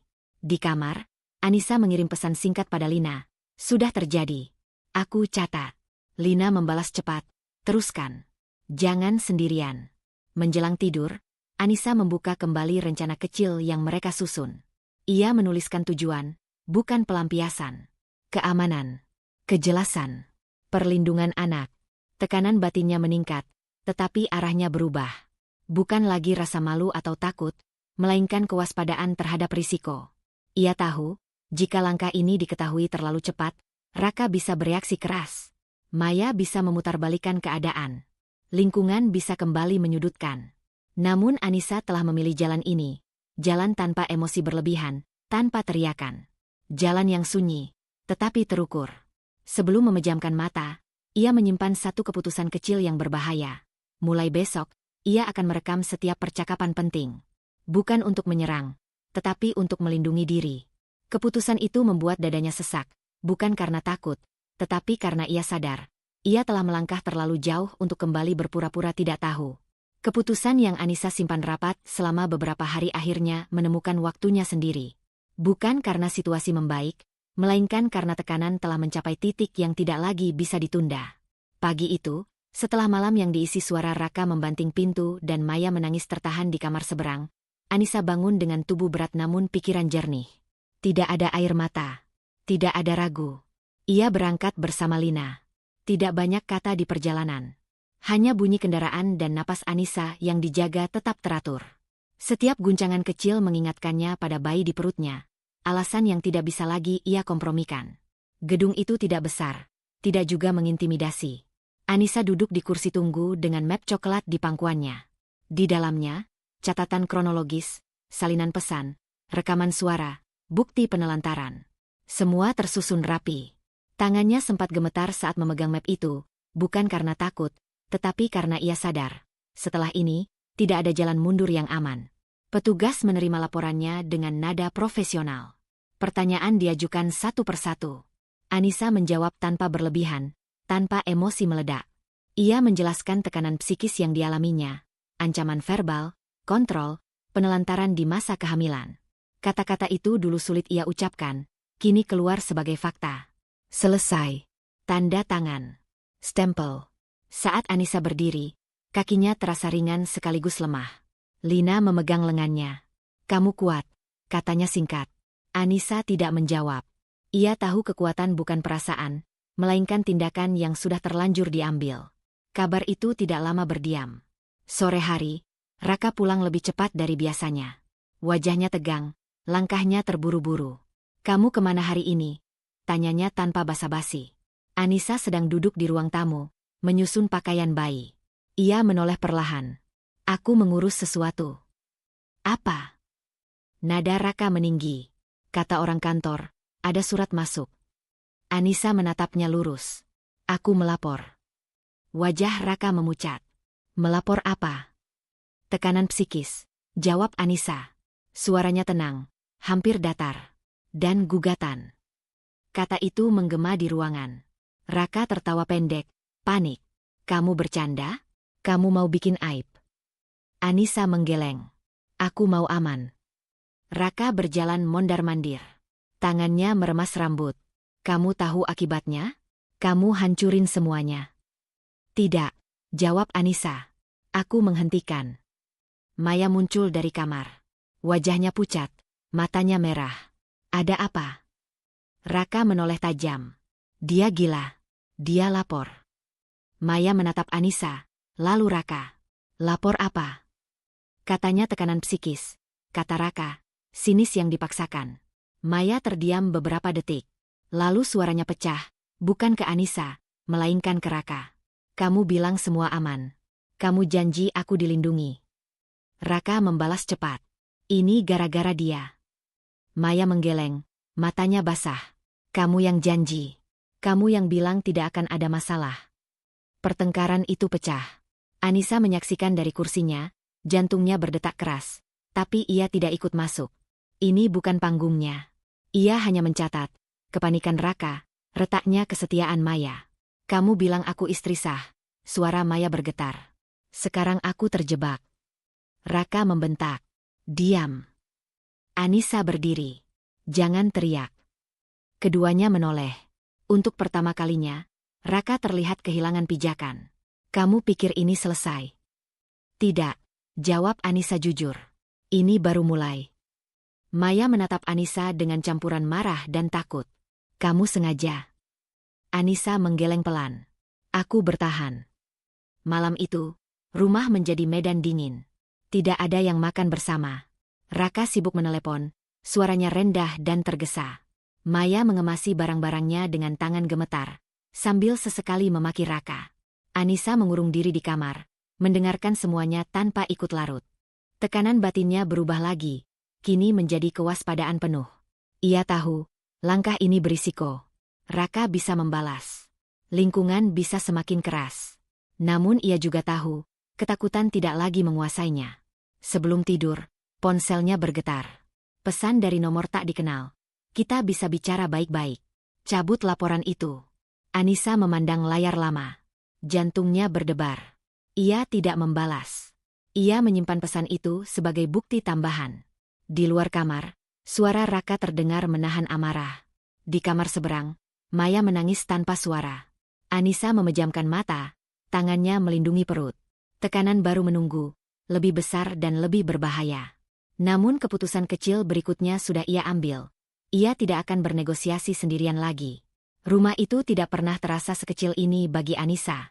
Sejak pagi, dadanya seperti diikat, bukan oleh takut, melainkan oleh kesiapan yang menegangkan.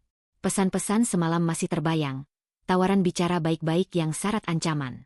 Ia tidak membalas, dan keputusan itu membawa konsekuensi. Raka memanggil keluarga. Bu Ratna datang lebih dulu, wajahnya tegang, langkahnya cepat. Pak Hadi menyusul, kali ini tidak sendiri. 2 saudara Raka ikut, duduk di ruang tamu dengan sikap menilai. Maya berada di kamar, pintu tertutup rapat. Anissa menyadari ini bukan forum netral. Ini sidang yang sejak awal condong. Raka berdiri di tengah ruang tamu, dada dibusungkan. Kita selesaikan hari ini, katanya. Nada itu mencoba tegas, tapi rapuh. Anissa sudah keterlaluan. Anissa duduk di sofa, punggungnya tegak. Tangan kanannya menahan perut, bukan sebagai perisai, melainkan pengingat. Ia menatap satu persatu wajah di depannya. Saya tidak datang untuk ribut, katanya pelan. Saya datang untuk jelas. Bu Ratna memotong. Suaranya bergetar menahan marah. Kamu lapor suamimu sendiri? Kamu tahu akibatnya. Anissa menelan ludah. Saya tahu akibat diam. Pak Hadi mengangkat tangan, meminta giliran bicara. Raka, katanya. Kamu bilang ke kami semua baik-baik saja. Kamu bilang Anissa setuju. Raka mengangguk cepat. Dia setuju. Dia hanya. Tidak. Anissa memotong. Suaranya tidak meninggi, justru tenang. Ruangan mendadak hening. Saya tidak pernah setuju. Saya ditekan. Kata itu jatuh pelan tapi berat. Bu Ratna menatap Anissa dengan tajam. Tekanan seperti apa? Anissa membuka map coklat yang dibawanya.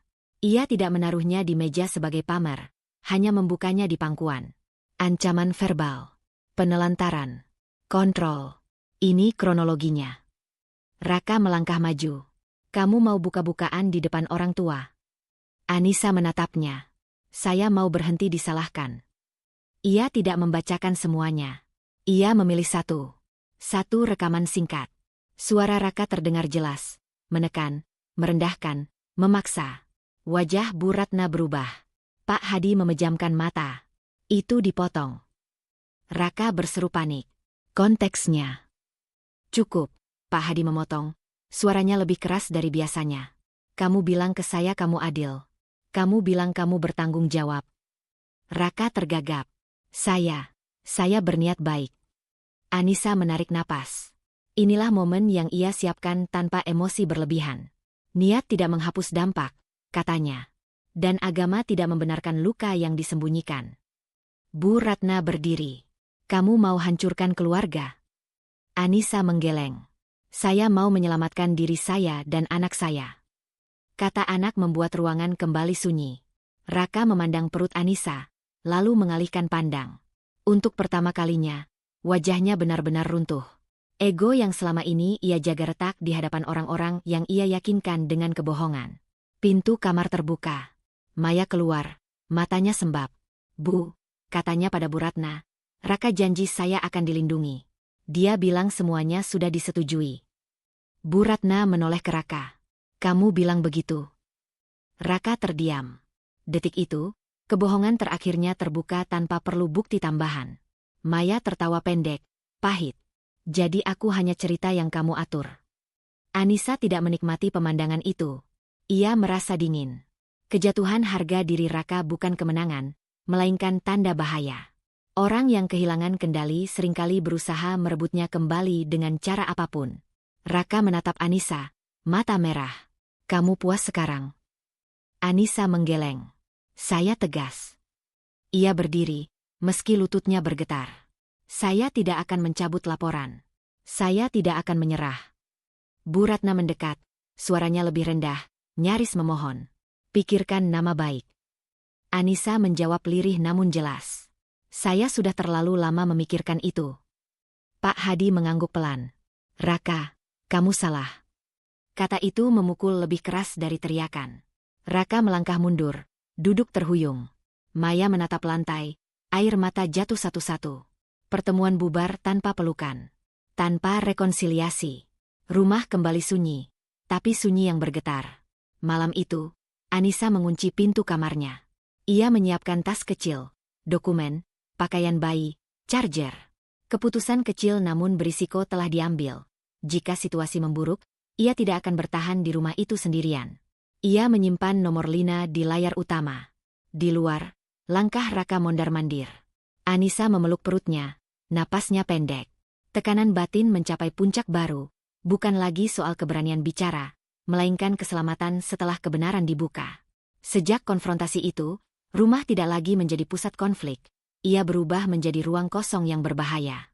Anissa memilih tidak menunggu ledakan berikutnya. Pagi setelah pertemuan keluarga, ia berangkat sebelum matahari tinggi, ditemani Lina. Tidak ada adegan pamit. Tidak ada penjelasan panjang. Ia membawa tas kecil yang sudah disiapkan, berisi dokumen, pakaian bayi, dan catatan medis. Keputusan itu terasa dingin, namun perlu. Anissa tinggal sementara di rumah keluarganya. Ibunya menyambut tanpa tanya yang melukai. Ayahnya tidak memberi nasihat panjang. Dukungan itu hadir sebagai kehadiran, bukan ceramah. Malam-malam Anissa menjadi lebih sunyi, tetapi juga lebih aman. Tubuhnya yang hamil tua akhirnya bisa beristirahat tanpa suara pintu dibanting atau nada mengancam. Di tempat lain, dunia maya menyempit cepat. Raka kehilangan kendali. Teleponnya tidak lagi dijawab orang-orang yang dulu memanggilnya dengan hormat. Ia marah, menyalahkan, menuntut, dan setiap tuntutan justru menjauhkan. Pekerjaannya terguncang oleh urusan hukum dan reputasi. Uang yang dijanjikan kepada Maya datang terlambat, lalu berhenti sama sekali. Maya duduk di kamar kontrakan kecil yang baru ia sewa, memandangi koper setengah kosong. Tetangga yang dulu ramah kini menunduk saat berpapasan. Grup percakapan yang dulu ramai mendadak sepi. Ia menyadari betapa tipis jaring pengaman yang ia miliki. Janji Raka adalah fondasi rapuh yang runtuh begitu saja. Aku butuh kepastian, kata Maya saat menelepon Raka, suaranya bergetar. Aku tidak punya apa-apa sekarang. Raka membalas dengan amarah yang sudah kelelahan. Semua ini gara-gara Anissa. Maya terdiam. Untuk pertama kalinya, ia tidak membela. Kamu yang janji, katanya lirih. Kamu yang bilang aku aman. Telepon terputus. Maya menatap layar gelap, menyadari bahwa perlindungan sosial dan ekonomi yang ia kira nyata ternyata hanya bayangan. Ia tidak pergi mencari Anissa. Ada rasa marah, ada rasa iri, tetapi juga pengertian pahit. Jalan yang ia pilih memang sempit, dan kini ia sendirian di dalamnya. Sementara itu, di rumah keluarganya, Anissa merasakan kontraksi pertama di subuh yang dingin. Rasa sakit itu datang berlapis, fisik, tajam, lalu mereda, membawa ketakutan lama yang berusaha naik. Ia memejamkan mata, menarik napas seperti yang diajarkan bidan. Ibunya menggenggam tangannya. Lina sudah menunggu di depan rumah dengan mobil menyala. Tidak ada Raka. Di perjalanan menuju rumah sakit, Anissa memandangi langit yang mulai memerah. Ia teringat semua malam ketika ia menahan tangis demi bayi ini. Ketakutan sempat mengintip. Bagaimana jika ia tidak kuat, lalu berganti tekad. Ia tidak sendirian. Ia tidak lagi sendirian. Ruang bersalin terasa terang dan dingin. Dokter berbicara dengan suara profesional. Perawat bergerak cepat. Anissa memusatkan diri pada napas. Setiap kontraksi menguji batasnya, tetapi juga memotong satu demi satu ikatan lama yang menyakitkan. Ia tidak memanggil nama Raka. Ia memanggil ibunya. Ia memanggil ayahnya. Ia memanggil dirinya sendiri. Tangis pertama bayi itu memecah ruang. Anissa menangis juga, bukan karena kehilangan, melainkan karena hadirnya sesuatu yang nyata dan murni. Bayinya diletakkan di dadanya. Hangat. Bernapas. Hidup. Anakmu, kata perawat. Anissa menatap wajah kecil itu, matanya berkaca-kaca. Anakku, ia mengulang, suaranya bergetar. Di luar ruang bersalin, keluarga menunggu. Tidak ada euforia berlebihan, hanya rasa syukur yang sunyi. Lina tersenyum dengan mata basah. Ayah Anissa menunduk lama, seolah melepaskan beban bertahun-tahun. Tidak ada pesan masuk dari Raka. Tidak ada panggilan. Keheningan itu justru menenangkan. Hari-hari berikutnya berlalu dengan ritme baru. Menyusui, mengganti popok, tidur singkat. Anissa lelah, tetapi lelah yang jujur. Sesekali, Bayangan konflik mencoba menyusup. Surat, pesan singkat dari nomor tak dikenal. Kabar tentang Raka yang semakin tak stabil. Anissa menyimpannya, tidak membaca di saat lemah. Ia belajar memilih waktu. Sementara Maya mencoba bertahan. Ia menjual beberapa barang. Ia menghubungi kerabat jauh. Pintu-pintu tertutup satu persatu. Ada rasa marah yang membara, kepada Raka, kepada Anissa, kepada dirinya sendiri, namun tidak ada jalan pintas. Dunia menuntut bukti kemandirian yang tidak ia siapkan. Suatu sore, Anissa berdiri di dekat jendela rumah orang tuanya, menggendong bayinya. Cahaya jatuh lembut di wajah kecil itu. Ia merasakan cinta yang tidak bersyarat, sekaligus ketakutan baru, masa depan. Ia tahu konflik belum selesai. Proses hukum berjalan lambat. Reaksi Raka tak terduga. Maya bisa saja bertindak nekat. Telepon Anissa bergetar. Pesan dari Lina. Raka mencari-cari. Hati-hati. Aku siap kapanpun. Anissa menghela napas. Ia menatap bayinya, lalu ponselnya. Keputusan kecil berikutnya menunggu. Apakah ia akan memindahkan alamat sementara ke tempat yang lebih aman, atau tetap di sini dengan risiko yang terukur? Ia mengunci layar, memeluk bayinya lebih erat. Tekanan batin tidak menghilang. Ia berubah wujud. Kini, setiap pilihan bukan hanya tentang dirinya, melainkan tentang kehidupan kecil yang bergantung penuh padanya. Pagi itu datang tanpa tergesa, seolah memberi Anissa izin untuk bernapas penuh. Bayinya tidur di pelukannya, dada kecil naik turun teratur. Setelah kelahiran dan hari-hari yang melelahkan, tubuh Anissa mulai mengenali ritme baru. Namun yang paling berubah bukan jadwal tidurnya, melainkan batinnya, lebih tenang, lebih jujur pada diri sendiri. Tekanan yang tersisa dari hari-hari sebelumnya belum sepenuhnya hilang. Proses hukum berjalan dengan jalannya sendiri. Tidak cepat, tidak dramatis. Tapi bagi Anissa, keputusan terpenting sudah diambil. Ia tidak lagi menunggu apapun dari Raka. Tidak pengakuan, tidak penyesalan, apalagi keadilan emosional. Ia telah memilih batas, dan batas itu memberinya ruang bernapas. Suatu siang, surat resmi datang. Isinya ringkas, formal. Tidak ada kemenangan besar yang diumumkan, tidak ada sorak. Namun satu kalimat menegaskan haknya sebagai ibu dan perlindungan dari tekanan lanjutan. Anissa membaca perlahan, menutup surat itu dengan tangan yang mantap. Ia tidak tersenyum lebar. Ia mengangguk, seolah mengiyakan kenyataan bahwa hidupnya kini benar-benar berada di tangannya sendiri. Di sisi lain kota, Raka duduk di ruang sempit dengan lampu redup. Wajahnya kusut, matanya cekung. Teleponnya jarang berbunyi. Ketika berbunyi pun, bukan kabar baik. Ia menyadari sesuatu yang tidak pernah ia bayangkan sebelumnya. Kekuasaan yang dulu ia pegang tidak pernah benar-benar miliknya. Ia membangun hidup dari kebohongan kecil yang dibiarkan tumbuh, dan kini kebohongan itu menagih harga. Raka mencoba menghubungi Anissa. Sekali, dua kali. Tidak ada jawaban. Bukan karena Anissa tidak mampu memaafkan, melainkan karena ia tidak ingin membuka pintu yang akan kembali melukai. Ia memilih memblokir, bukan dengan amarah, melainkan dengan ketenangan yang matang. Itu batasnya. Maya pun menjalani hari-hari yang sunyi. Ia bekerja serabutan, berpindah tempat, menanggung bisik yang tidak lagi bisa ia lawan dengan senyum. Janji-janji Raka terbukti kosong, dan ketergantungannya padanya menjadi pelajaran pahit. Ia tidak menjadi tokoh yang hancur total, tetapi hidupnya berjalan dengan beban konsekuensi yang nyata, tanpa pelindung, tanpa kepastian. Anissa tidak mengamati dari jauh. Ia tidak menunggu kejatuhan siapapun. Ia melangkah pergi. Di rumah kecil yang kini ia sewa, Anissa menyusun pagi dengan rutinitas sederhana. Menyeduh teh, membuka jendela, menyapa matahari. Lina sering datang, membantu tanpa banyak tanya. Ibunya mengunjungi secara berkala, membawa makanan dan kehangatan. Dukungan itu tidak mengekangnya, justru menguatkan.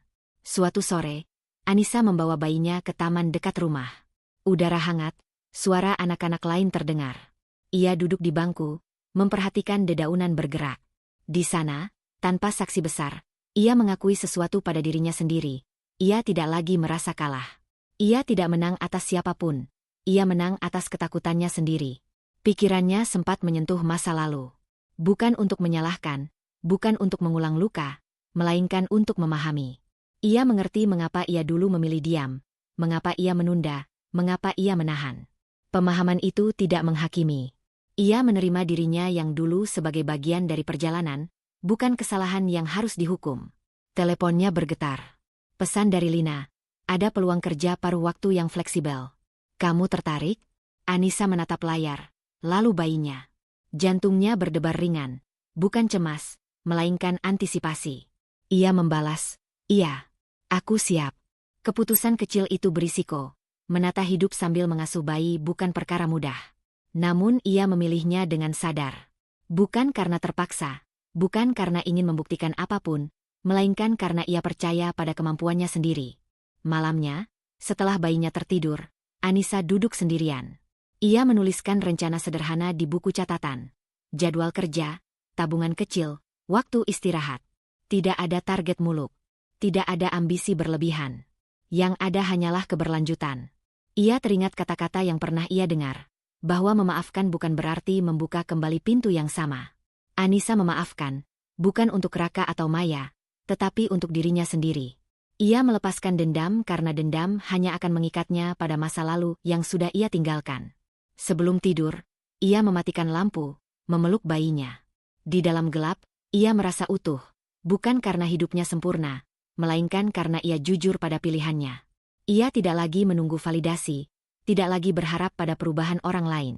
Di luar sana, Raka dan Maya menjalani konsekuensi dari keputusan mereka sendiri. Anissa tidak mengawasi, tidak menilai. Ia melangkah ke depan, dengan batas yang jelas dan hati yang bersih.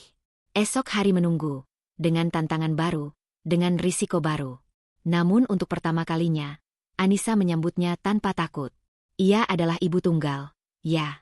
Tetapi lebih dari itu, ia adalah perempuan yang utuh secara batin, yang memilih hidupnya sendiri dengan sadar dan berani. Tidak semua luka harus dibalas dengan amarah, dan tidak semua pengkhianatan harus dijawab dengan kehancuran diri. Terkadang, keberanian terbesar adalah menetapkan batas, memilih diri sendiri, dan melangkah pergi tanpa dendam. Ingatlah, kesabaran bukan berarti membiarkan diri diinjak, dan cinta tidak pernah meminta kita kehilangan harga diri.